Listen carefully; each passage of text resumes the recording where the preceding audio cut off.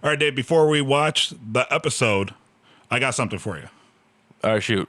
All right, Donnie Matney on Facebook noticed that you like the little puns in the show, right? Oh, yeah, wordplay is my jam. Right, with the forward esteem. So Donnie writes, so I noticed on Monday's episode that when Saul was at the bar with the woman, he was stressing out over the person repeatedly breaking the bread. Mm-hmm. Could that be a play on the Breaking Bad title? So if I looked into that, if you remove the R and E from bread, you have the word bad. So he's breaking bread. You son of a bitch. Okay, so you take out RE from bread, and it makes bad. Right. What on the periodic table does RE stand for? Well, according to Donnie, it's... Oh, don't tell me he looked that up too. Yeah, totally. Oh, cool. So it's, according to Donnie Matney on Facebook, RE is the element rhenium, and coincidentally, rhenium is used for bone pain and cancer therapy. Oh, now, is that a coincidence? I don't think so.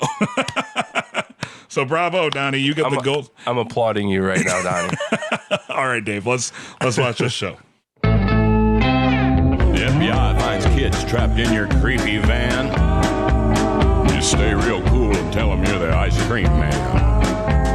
But all that crying just gave you away. Who you gonna call to skip a prison stay? All right, ladies and gentlemen, this is It's All Good, Man, the Better Call Saul podcast. I'm Brian. With me, as always, is my co-host, Dave. Dave, how the hell are you? I am feeling excrement this evening. Wonderful, wonderful.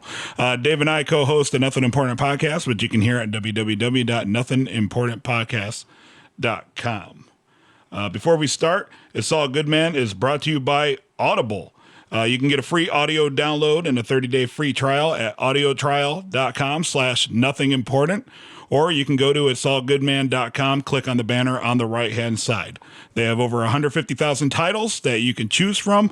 Download it, give them a try, audible.com. And as a side note, I have personally edited several of those titles myself. There you go. See, it comes full circle, right? So make sure to check it out. It'll help the show out, and it'll make us feel like we're actually doing something. All right, Dave. So, third episode. Third episode of Better Call Saul. What was your initial thoughts, Dave? My initial thoughts were that it's kind of going the direction that I thought it would. In all honesty, the way the plot's developing. Mm-hmm. That the family really did take the money. They're probably going to do some stupid things because there are some really lame white people that don't know much about crime, obviously. And, Saul's going to get involved and probably screw some things up, and it's just going to keep progressing. All right, wonderful. What I did like is it started with another time jump. Yeah, it did. It even went further back in time to slipping Jimmy in jail. Yes. For like assault and, what was it, assault, and they thought there was going to be some sexual charges there? Public indecency. Public indecency? That's what it was. Yeah. Is that what it was? Did they address it? Well, that's what we watched the side screen, the second, what do you call it? The second It's screen. Better Call Saul StorySync.com through AMC. There you go. So we were watching that, and that's what it said. Public indecency was one of the these, but they don't really specify what exactly happened in the scene. All you know is that something happened. I assumed he said something about a Chicago sunroof, so I'm assuming he might have been peeping or purposely fell through a sunroof into a sunbathing sort of situation. Awesome. Well, hopefully they'll come back and they'll explain that further. Hopefully we'll get another time jump down the road, because that set up a lot of Chuck and Jimmy's relationship. Right. Like it added a whole new layer to that, because we talked before how the way that we saw Saul was that he was always just kind of a shithead, and that just absolutely reaffirmed it, because in this episode, big time jump, and it shows him obviously in some trouble in a Cook County jail, and we are in Chicago. Right. We know all about Cook County jails. I've never been there, but it's pretty notorious, right? It's a pretty rough place. Right. Yeah. You don't really want to end up there. Right. But I did notice that he wasn't a lawyer yet. No. That actually took me by surprise. Yeah. I kind of thought he had been kind of always on that path of being the shithead lawyer, not the shithead that turned into a lawyer. Right, which is great because we talked about how happy we were that it wasn't a fall from grace type deal, right. And that was kind of ambiguous up until today's episode where they show like no, he actually got in trouble with the law himself, and his brother had to come from Albuquerque to Chicago to bail him out. If he even bailed him out. Yeah, we don't know yet. We don't even know I'm what assuming. happened. I mean, he's not in jail currently, so Yeah. So- And the story sync says something about, Chuck's game plan for Saul was to basically start your career as a lawyer. I Right. guess since he's so intimately familiar with the law by now by breaking it so many times.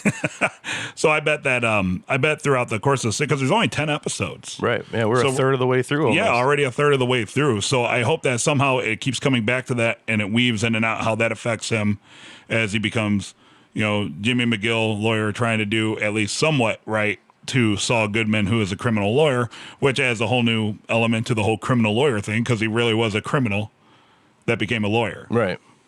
I also like how they established the time jump because at the beginning it had like the mailbox and he was throwing stuff in, and I was like, well, that's a different mailbox than Chuck's house. So where are they going with this? But I did like that they threw the Zach Morris brick phone, Zach Morris brick phone, yes.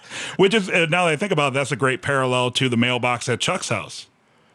Right. Right, because at the beginning they established this where Chuck was had to throw all the stuff away before he went and talked to Saul. Had to put it.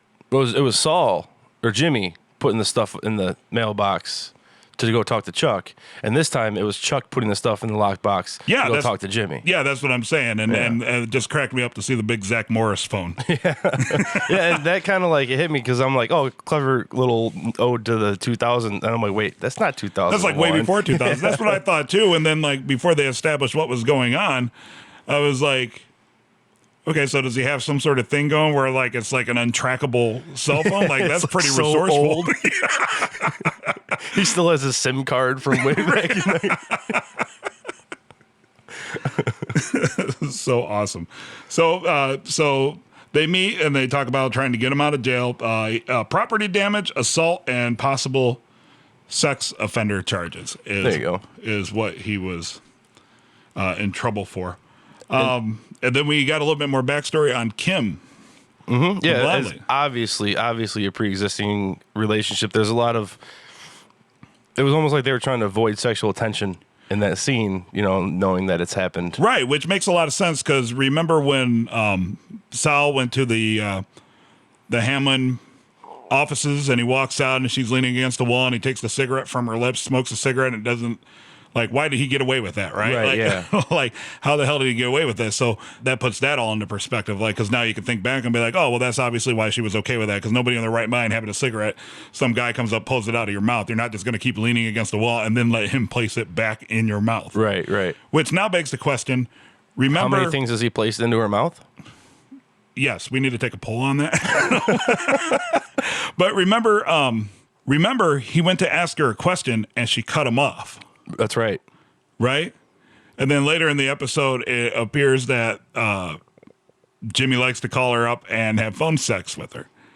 So I was wondering... Or at least try to have phone sex with her. Yeah, try to have fun. The robot sex voice? Yeah. Which is awesome because I wonder if that's what his whole question was, because he was like, hey, could you just, and she said no, and he was like, oh, okay, and he dropped it.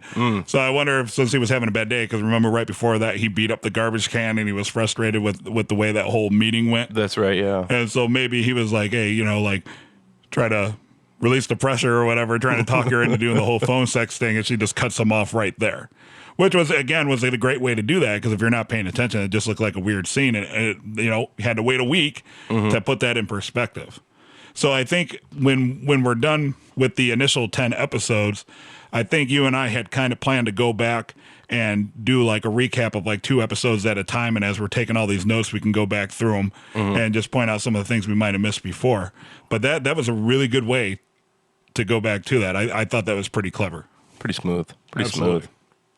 and he's getting ready to make the phone call when he makes the grand realization that Nacho's probably going to try this tonight. Mm-hmm. So he decides he's going to call him to warn him, and he grabs the supplies to do the robot sex voice. Right, yeah. And then you made the comment, and I'm flashing back to my college days where you're stuffing the toilet paper, making a blow the tube. fabric snuffer into a tube, you know, so the RA doesn't know what's going on in your dorm room. That's where I thought he was going. I was like, oh, okay, well, you know, he drank some last time. Maybe he likes to smoke weed every once in a while. You know, so Craig and Betsy Kettleman and the family Yeah. definitely embezzled the $1.6 million, as we found out at the end of the episode. Yeah, the story sync even gave you the amounts and the numbers of each denomination that was hidden in the bag. Yeah, and I like how they set it up where Nacho was sitting there in the van, spying on them, because I didn't catch it at first. Why was he calling them and telling them they were in danger? And I actually thought before it went to commercial, I was like, there's not going to be anybody out there. But they showed somebody out there. But then it showed somebody out there like 2 seconds after I said that. Right. But I was kind of on the right path because it turns out they ended up actually kind of quote unquote kidnapping themselves and kind of fleeing into the mountains. But one thing I'm not even so sure that they kidnapped themselves at this point. Like, were they just hiding out? Well, yeah, they were hiding out. No, I'm saying, like, did they intentionally make it look like a kidnapping, or was that a hurriedly, let's get out of here because somebody is going to come in here soon, you know, just kind of freaking out? Like, so well, what if they left and then left well, no, because they established that, well, they made it seem as if they intentionally ransacked the house, and then Jimmy was like, well, then where's the doll? She has this doll in every picture. Where's the doll? Right. Right, so he was making the point that they intentionally staged their house to make it look like it was a breaking and entering and a kidnapping to save themselves while they kind of escaped into the mountains. But then where's the end game from there? Where were they going to go, right? I just didn't think they were that clever, I guess. I not giving them enough credit.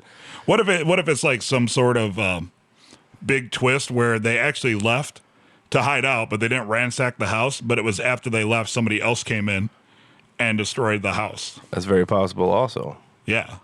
So a couple things we're definitely established is that that Nacho, he wasn't framed, but he looks guilty he's a victim of circumstance. That's the phrase I was looking for. Yep, victim of circumstance. Victim of circumstance, because he absolutely had intentions to do that, and they just kind of beat him to the punch when they escaped off to the mountain. Right, and they went out the back. Yeah, they went out the back. So Nacho never even saw him leave. So and Saul went on a hike like through the mountains and ended up finding him. So I guess he got him out of jail within the one day, right? Which the family thing you said a listener noticed the family icons on the back of the car, which was Saul's clue. Well, we talked about how Tuco's grandmother had a similar car, just a different make within the same company, right, as the car of Betsy. So when we talk about the two different makes of the car, one thing we didn't pick up on is that, and they showed it in tonight's episode. Huge clue in tonight's episode. Elliot Howie wrote us on Facebook, and he made it a point that the family did have stick figures on the back of their car, and Tuco's grandmother does not. Eagle eye. Yeah, say eagle. Like, are you a sniper? Like, seriously, like, yeah, I didn't catch that at all. So good job, Elliot Howie. We appreciate the heads up. And for those of you out there, make sure that you participate and you hit us up on Facebook. If you see something we don't, or you have a good idea, we'll definitely read it on air. So I have in my notes, barter in the bathroom. Right. And I'm going to probably come up with some kind of pun. I mean, we stole the petty with a prior. Petty with a prior, and we'll talk a little bit more about that at the end of the episode. And then the guy's dropping a deuce, and Saul's trying to barter with him. So I'm sitting there thinking barter in the bathroom. But then it kind of occurs to me, like, what's up with this guy? Why does it always show Saul trying to get this guy to deal with him and his clients? Right. It's like they constantly butt heads. I don't think they've given him a name because we watch it with the closed captions on. Right. And I think they did give him a name. Honestly, do we miss that? Party foul. Didn't catch that. Mm-hmm. But I'm thinking, like, why do they keep showing this guy? Like, what is his role going to be in the show? He obviously always deals with first-time offenders. Right. So you think there's going to be some sort of significance where he comes into play at the end? I think so. I think he's going to have some sort of effect. Otherwise, like, why are they showing this guy? Other than the fact that just to show Saul's frustration with his situation. But Saul kind of gains his respect. Or Remember, Jimmy. he gives him the bag of Fritos. And then he gives him the bag of Fritos in the last episode, and then he goes ahead and lowers the charges for the Fetty with the Friar. Right. And in this episode, he talks him. He talks down as well, and then it turns out that guy doesn't even know what case he's talking about, and that's how Saul makes the deal, because he's like, "Hey, asshole, Right. like, how are you defending these people if you don't even know what you're talking about?" So I kind of got it as Saul was like kind of subtly blackmailing him, like, "Fucker, I know you don't even pay attention, so you're gonna give me this goddamn deal, or I'm gonna rat you out," and then that's why he wouldn't give him the folder back. Right. Okay. But I'm thinking this guy's going to come into play later. He has to. Where I would say he would come into play, just thinking about it, because Kim made it a point to mention that she was the second chair for the embezzlement case. Right. What if this ends up being Saul's second chair on the other side of that case? Like they butt heads so much, and then somehow they come to this whole, like, you know what, just jump in with me on this case. Right. There's like these guys are first time offenders. Right. You and know, there's a familiarity there between the two of them, and maybe that whole like the whole like colleagues that kind of hate each other, but that respect that comes out of because that you have two court appointed lawyers. Mm-hmm. You know, maybe they'll come together and fight. That's right, because he's just a court appointed lawyer too. Yeah, so just this is his big shot. $700 a pop. Maybe this is his big first case too. Yeah, maybe Saul will talk him into helping him out with this first case, because I feel like that's the way it's going. Like, somehow Saul is going to end up on the other side of the case from the family. Yeah, I don't know if that other guy's a state's attorney or something. I just feel at some point they keep making a point to show that initially Saul and this guy butt heads, and then eventually they come to a consensus. Right. So I feel that something very similar is going to happen, like a team up at the end. Like, maybe that'll be like the big. Like one of the big major cruxes is you know, they finally like, yeah, I'll go in with you on this, because Saul can't go it alone. Right. I mean, lawyers typically have a team, and Saul knows nobody, and Chuck, from everything we saw so far, would probably be really hesitant to team up with Saul, because it seems like they have like that love-hate relationship where it's like, hey, I love you because you're my brother. But if there was no blood between us, we probably wouldn't even talk or acknowledge each other. Yeah. And Chuck already showed that he's willing to go against Saul. By the way, we keep saying Saul for Jimmy, so don't let us know that we keep doing that. We're aware. Yeah, we get it. But you know what I mean? Like, Chuck's already shown that he's not going to take Jimmy's side just because they're brothers, right? Yeah, because he still has his own person. He's his own He's encouraged because he encourages Jimmy to change his name and his identity just because the same last name is shared with the law firm that he started. Mm-hmm. Right. So that already shows it's not a blind loyalty. Right. Right. So maybe that'll come into play as it goes on, and maybe that's why Saul will have to team up with this guy. It's very, very, very possible. Yeah.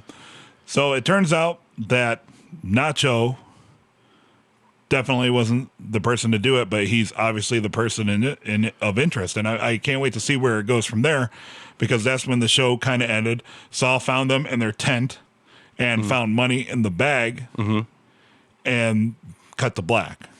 Right, but it never actually showed Nacho getting out.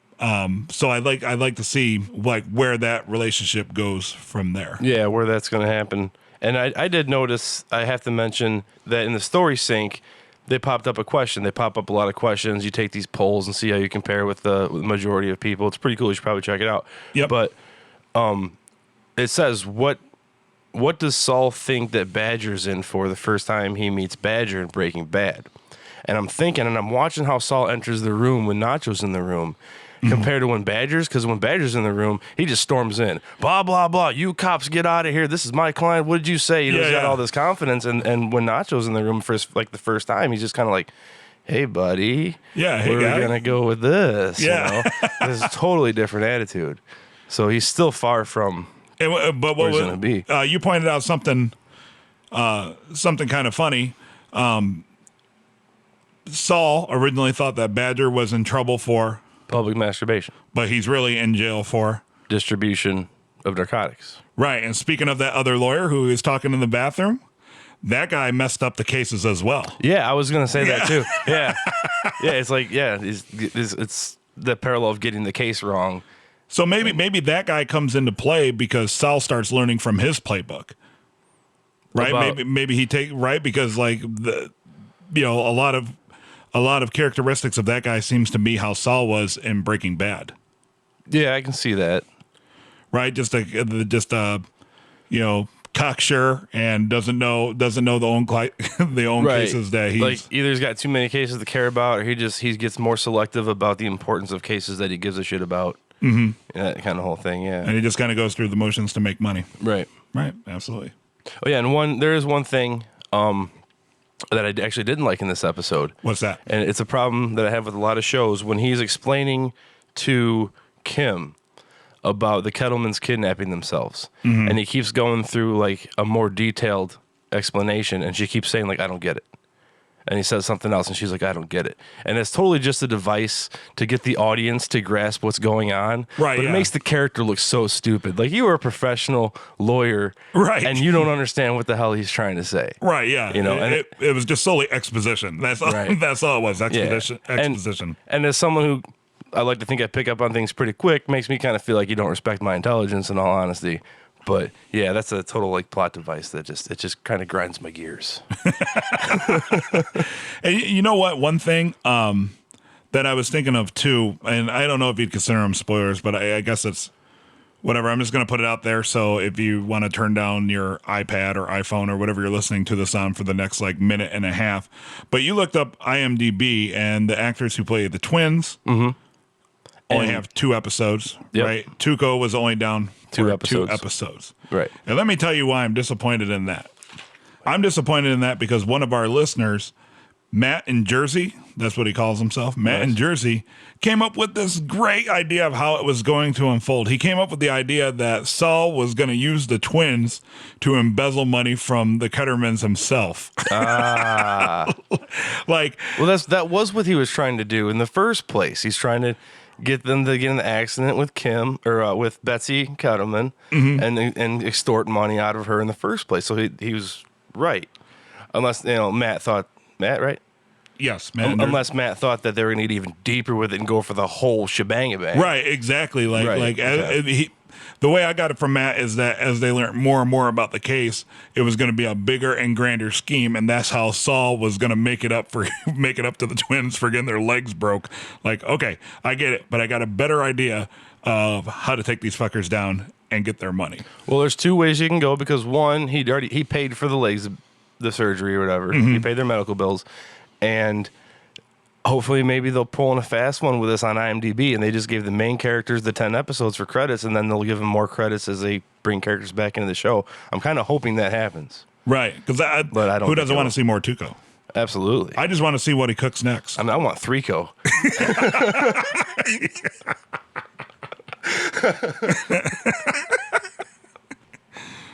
Well played. Well played. just came, top of the head right there. Just shooting from the hip. Good one. Also, I really did start laughing when he said, "I'm on the highway to the danger zone." I'm not gonna lie. Well, because Kenny Loggins' Top Gun reference right there. The relationship with Mike got a little deeper. Unfortunately, had a little bit of a technology snafu, and we might have missed a bit of the conversation. Yeah, we missed like 30 seconds of it, right? Right when Saul asked him why he's not going to press charges.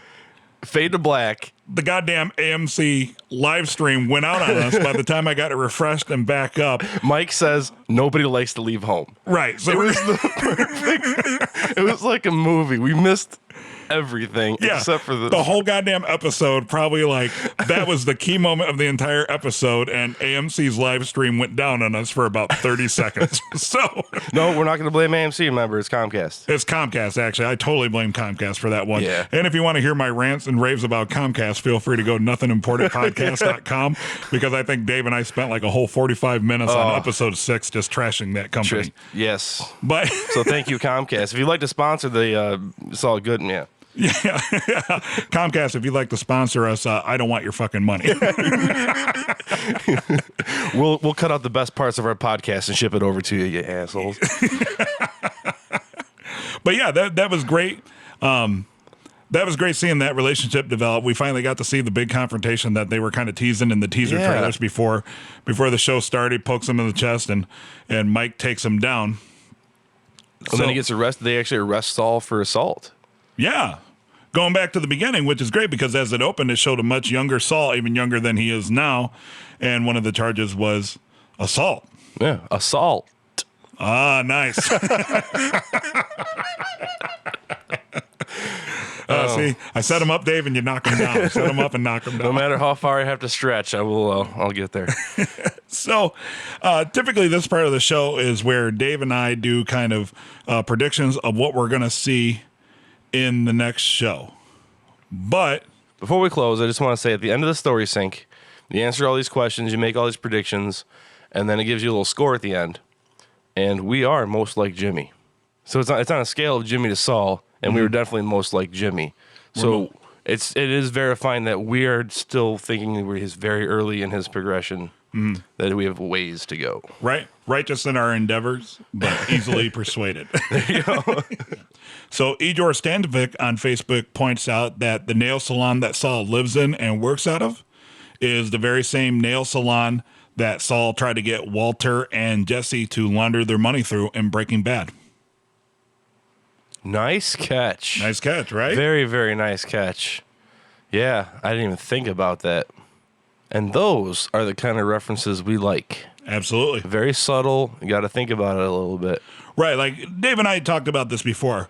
We're your buddies on the couch. We're not like the super analytical guys. As soon as we watch it, we take as many notes as we can during the episode. And the first thing we do is we sit down, turn on the microphones, and we talk. Just how you would turn to your buddy on the couch. We're your buddies on the couch. So please, if you want to participate, please participate. We'll throw you into the discussion. Yeah, we're going to read like any good idea that, I mean, there's already been so many that we don't catch. And right. Yeah, I mean, and if we get something wrong, please let us know. I love to be proven wrong. Are you kidding me? It's awesome. Once again, this is just as much your show as it is our show. Exactly. All right, Dave. So to bring it back to our friend Donnie at the beginning of the show. Donnie the Genius, and you might as well just change your screen name to Donnie the Genius. Donnie the Genius, breaking bread guy. Also suggested that we do a midweek podcast to speculate on the next episode. And this is typically the part of It's Saul Goodman where we do that. Right, yeah. But we're going to take Donnie's suggestion since he's such a genius, and we're actually going to have a preview episode towards the end of the week, every week going out forward. That is called, Dave... Preview with a prior. Preview with a prior. Get it? Get it? Because it's a preview of the next episode and there was a prior episode. See, it's funny because it's a play on words. Donnie the Genius. So anyway, folks, make sure that you... And I'm going to thank you because that gives us about an extra 5 minutes to jack around. Yeah. Absolutely. So make sure that you folks are subscribed to It's Saul Goodman. That'll be coming to your feed in a couple days. So with that, we're going to go ahead and wrap it up. Thank you so much for listening. Thank you so much for participating. For all your Better Call Saul's news, rumors, reviews, make sure to hit up our friends over at calltosaul.com. That's calltosaul.com. You can find us at itsaulgoodman.com. And while you're there, why don't you click the little icon that says It's Saul Goodman on location, because our buddy Travis from Albuquerque actually travels around to sites on the show and takes pictures of what they look like today. Special thank you for that. Yeah, which is so incredibly awesome. He's got a bunch of great pictures. One of my favorite ones he's got of all the billboards up. Like there's actually one that says like "Don't call Saul," and he actually has a picture of what Saul's office looks like today. It's like a bar called Hooligans, and he went and took a picture of the skate park, and he actually messaged me today, like, hey, is there any location you want me to go out to? And I'm like, dude, you do great work. Just go do your thing, man. Yeah. So please make sure you hit him up. It's an Instagram and Twitter account. That's Travis from Albuquerque. Go to itsaulgoodman.com and click on the It's Saul Goodman on location link. All right, so that's going to wrap it up. Dave? Call us idiots, call us geniuses, whatever. Just call us. You better call Saul. You best call now, you hear?